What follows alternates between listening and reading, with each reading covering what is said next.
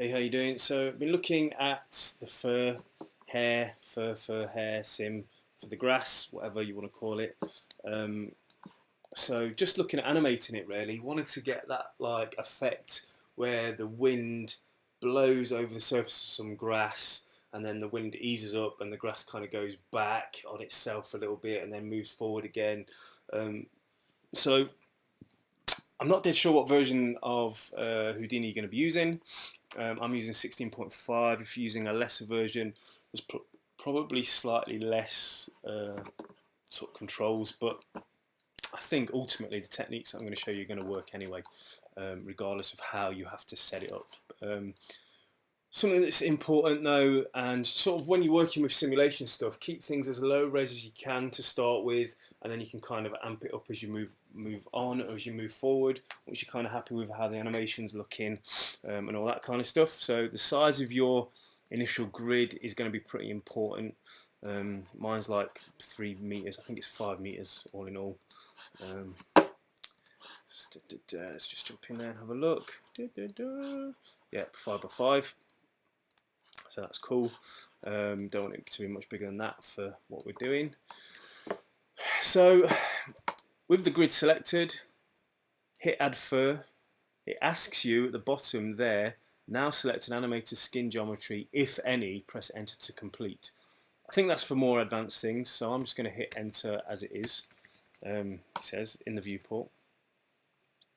And that way I only have a couple of little nodes that it creates. Before I was kind of going in here and clicking the mesh and it wasn't doing anything, so I was clicking again and then clicking away and clicking, and I was getting loads of these nodes down here because I didn't know really what I was doing. Anyway, I've learned a little bit more about it, so now I kind of know.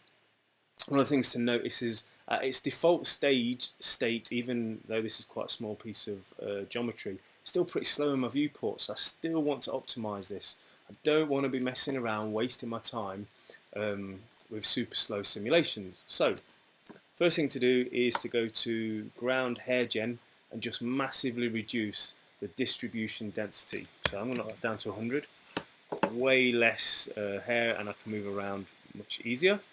But I'm not going to stop there. I'm still going to go to the ground groom and I'm going to reduce the density of the guide hairs to 50, maybe even 20, 25, let's say. So I'm basically using the minimum amount of guide hairs as I can and the minimum amount of hair. I am going to give it a bit more length so we can actually see what's going on when it's kind of moving around. And then all I want to do is, with ground groom selected, go up to my simulate guides. And like I said, depending on what version you're using, that simulate guides might be here, it might be at the end over here, it might be called something slightly different, but their icons, I think, always look like that. So click that, give it a second, and it's going to chuck in this ground groom sim node, which, like I said, has this little icon. I think they look the same regardless of what version you're using. And this is how we're going to add dynamics to the scene. If I just press play now, I can get an idea of the kind of speed of playback and simulation that I'm going to get. And if I'm happy with that, and it's not terrible, I could probably get it faster than that, I'll still go in and just start to reduce some of these things a little bit. So the density, maybe I'll knock that down to 20. And the hair gen, maybe even I'll knock that down to like 80 or something. Go back to the beginning, hit play. It's a little bit faster, so I can kind of work with that. Okay, so back to the ground groom sim. Like I said, or like I've said to Anand anyway, but if anyone else is watching this, I was initially hitting this create external DOP network because it kind of gives me a network tree that I'm used to working with particles and whatnot. However, you can still control everything just down at the bottom here. And for the purpose of what I want to do, I am actually just going to use these. I'm not going to hit that button. So if you hit that button prematurely because you thought that was what I was going to do, you should have waited until I actually got to it and said that I wasn't going to do that. Everything here I'm going to leave at default. I don't know it well enough to go in to start messing around with these. And I'm just going to jump to the Forces tab. And this has got settings that I'm kind of used to dealing with, so gravity, velocity, and turbulence. give myself a little bit more space so I can see what's what. So something I have kind of figured out is for any of this turbulence noise setting to be activated or work, you have to have the wind selected, even though the velocities are set to 0. This seems to be an overall multiplier of this amplitude here. So whatever you set this amplitude to, this kind of multiplies it. So it's a trade-off or a balance between this strength and this amplitude to get those working in sync. I know for a fact that regardless of what I set this amplitude to, if I have this on 0 or whatever it is, or near enough 0, nothing will happen. So that's the first thing to keep in mind. But anyway, what I want to do first is just look at getting that kind of swaying grass movement going from maybe left to right of the screen, as if the wind had kind of come along, hit the grass, made it move over, and then it kind of springs back a little bit, and then it blows again, and it's, you know, that kind of movement. So you can do this with some little keyframes, to be fair.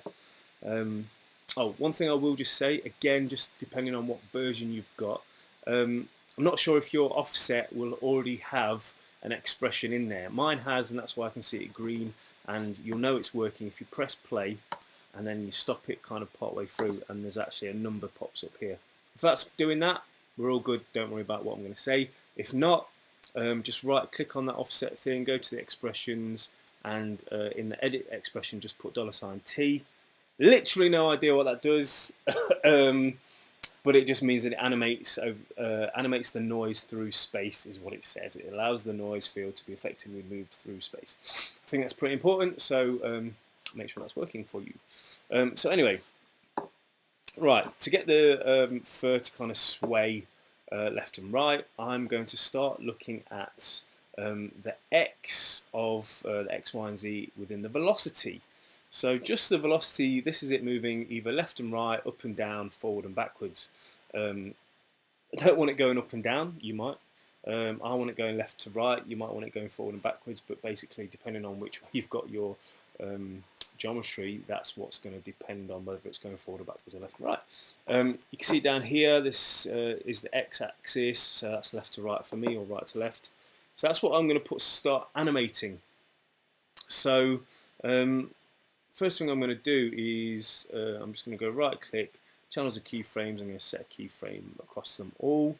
I'm going to move my timeline. Actually, I'm going to just disengage the brain. So I'm doing some keyframing, so I don't want to be simulating and waiting for all that as well.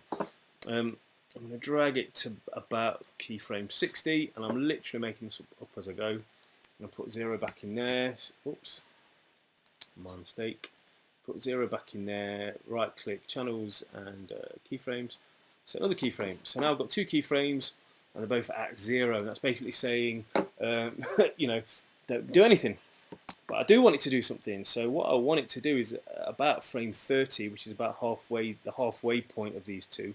I want it to start moving over to the side. So I'm going to actually put a figure in here. I'm going to say 0.5. I've literally no idea how much this is going to make it move, or it's going to make it move enough. I do not know, but I just know that's what I want it to do.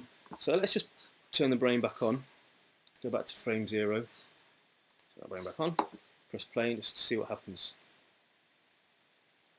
Nothing is happening. Why is nothing happening? Because I've not got any strength for that velocity. So to actually, even though I've told it to move over by 0.5 or to be, it's not going to do anything unless I've got some strength in here. Let's put 1 in first. Let's see. Start to amp up. It's moving over to the right. Fantastic. Now then, it's probably just going to stay over to the right, even though the animation is going to go back to 0. And it looks like it is. Yeah. So actually what I kind of want to do is I want it to come back. I do want it to go through 0, but I want it to actually go back the opposite direction. So the previous keyframe we set was 0.5. I want it to go into maybe a minus number. So I'm going to jump back to that next keyframe. These little green arrowed things actually skip to the next keyframe, so that's what that does. So here actually I'm going to put minus 0.5. Go back to the first frame, press play. Just see, hopefully it should go over to the right and then swing back to the left.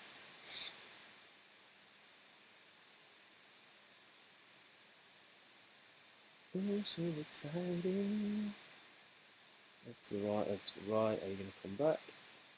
Starting to. Yeah. Excellent. And look, it's going straight over to the left quite far. Okay, cool.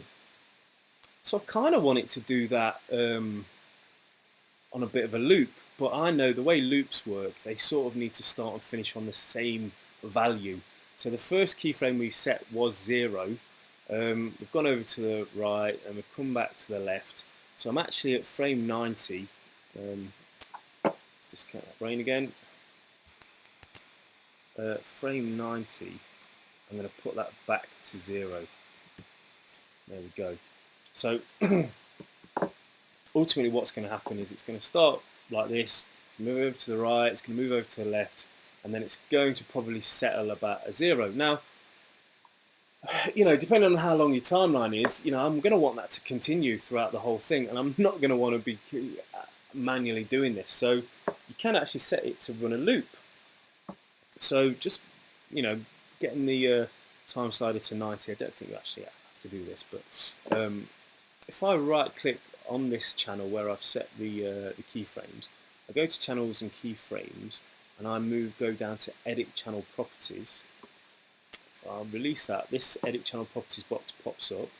It's got the X, Y and Z of my wind velocity attribute here. And this is what it's going to do before those keyframes have been set, and this is what it's going to do after those keyframes have been set. Now, since I've got nothing going on before these keyframes, I'm going to ignore the before bit, and I'm just going to deal with the after bit. And I just want it to cycle. So I'm going to click on the little box, I'm going to hit cycle. I'm going to do it on...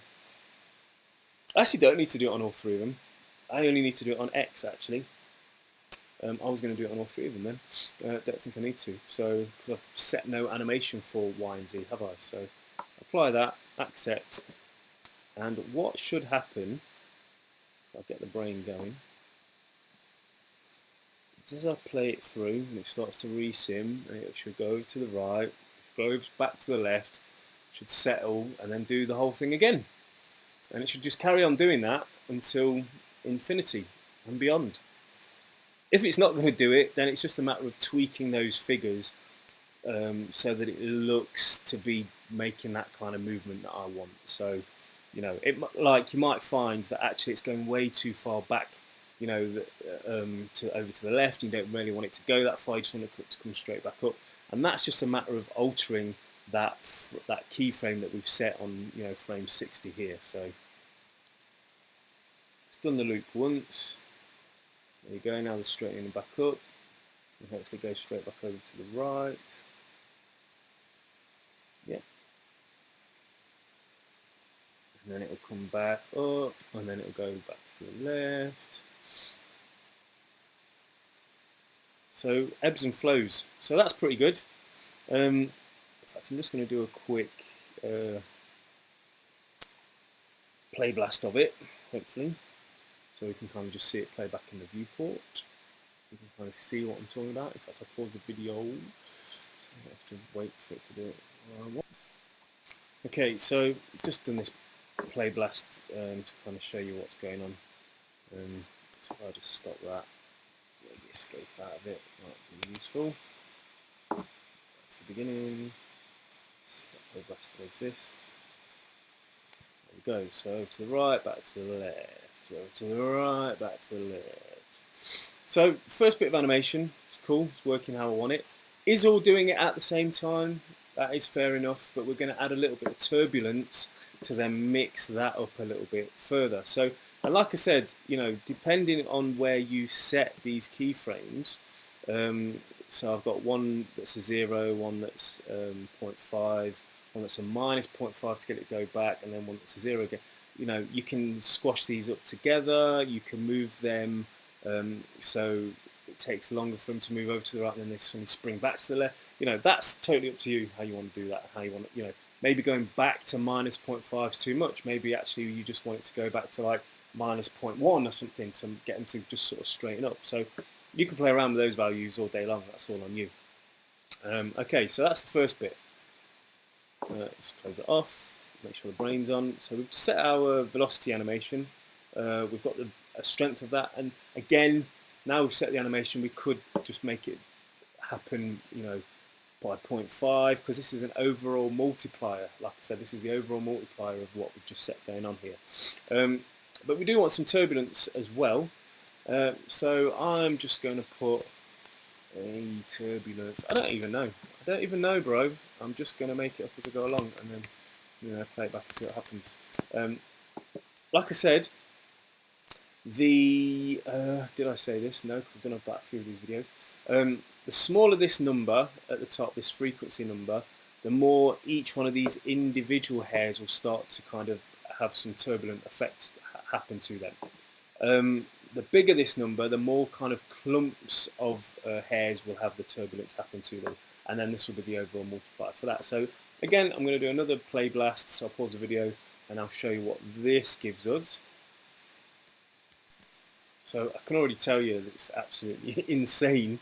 So there you go.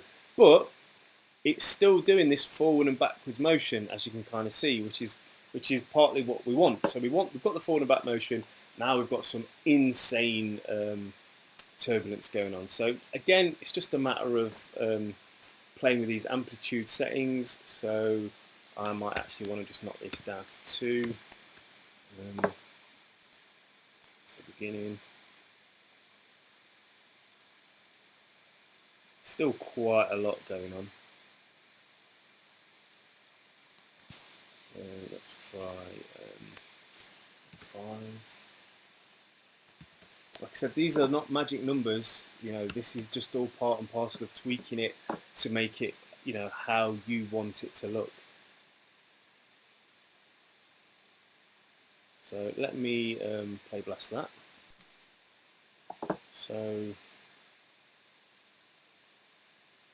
now you can kind of see there's a little bit of turbulence moving through swaying that we've got. It looks a lot more natural, but probably looks more kind of like corn length than grass. But even still, I think this isn't too bad, to be fair. So then on top of that, it's just a matter of well, there's two things. You can start to play with this frequency value. Like I said, you can push that up or push that down. I can't remember actually. I can't remember if the smaller that number is, the more individual noise you get, or whether it's the larger the number is, the more individual noise you get. I can't remember. That's for you to kind of have a play with. But this animation I've put on here, you can also put onto these values here if you want to. If this is it, if you want more going on, if you want like the turbulent noise to be also animated with an ebb, then you can also animate that. Using exactly the same technique that I've sort of put in here. But for me, this is kind of alright. Don't know exactly what it is you're trying to do. What I will say is, once you've got the animation set here, you can then just go into your ground hair gen, distribution density, you know, wash, increase it to whatever you want. Get quite a bit of hair, more hair there, and then obviously also the grooming thing makes a difference as well. So, you know, boom, there you go. And then from this angle, kind of whatever you want. Also, give yourself some pre-roll on your animation. Obviously, the first frame is just these hairs dead straight up. So you want to kind of give yourself maybe 10, 15 frames of simulation or of renders that you don't account for in your actual final comp, because you don't want the renders to start like this. You want them to start, you know, already kind of simulated. What else was I going to say? I haven't actually found a way to cache out just the hairs, and I have been Googling it to death. Caching caching for not hair, because hair is different. Caching for Houdini as mesh. So hello, I've seen with mesh with all of that. I've seen, but make a clip from it. Don't know. I've gone through a bunch of these, and so you're saving the wrong node. The guide groom is usually not animated. The guide deform is the animated guide saved from the also the path save from. Oh, I don't know. What? I mean, you know what? Yeah, I think I mean, even I think some of these are like older versions or newer versions, or just, and then people just stop helping. You know, people are like, yeah, not helping. Um, I've looked at this video. Um, I've looked at here. So I just don't know, to be fair. You might need to go on a forum and ask them. Or from some of these that I've read, they just kind of say that they either say that you cash out the groom or the bride. No, you can cash this out, or they say you can just run it to, you know, just press render basically, like set it off to render, and it'll render locally. So like I said, at the moment this is as far as I've got, but I thought that was good enough kind of starting point. I don't want to be doing all for you, you know, it's your project and whatever. But don't forget also, on top of that, you can have objects move through this, you know, collide with this hair. So you could have whatever it is moving through this and being a collision deforming object to walk through this hair as well. That's something to keep in mind. But yeah, hopefully that's helped you a little bit, and you know, just with getting the animation of this looking nice and understanding a few of those nodes. Generally, I just try and keep to as little as possible. You know, like I'm ignoring all of these other nodes. Oh look, there's a caching tab. Oh my days! Oh, but that's caching that is caching the groom. So I think you can get away with, right. So look at that! I've just stumbled across this. I think you can save to disk this frame range, whatever your frame range is, after you've done all your animation. Then just hit this load from disk, and I think if this bit where you've cached to, this hit geo, if you copy all of that onto the server, you'll be able to render it and it will be cached out. That's definitely it. That's the answer. Now, I don't know what, again, 16.05, 16.5, whatever you're using, might be slightly different, but just have a look at that. That would be the way to do it.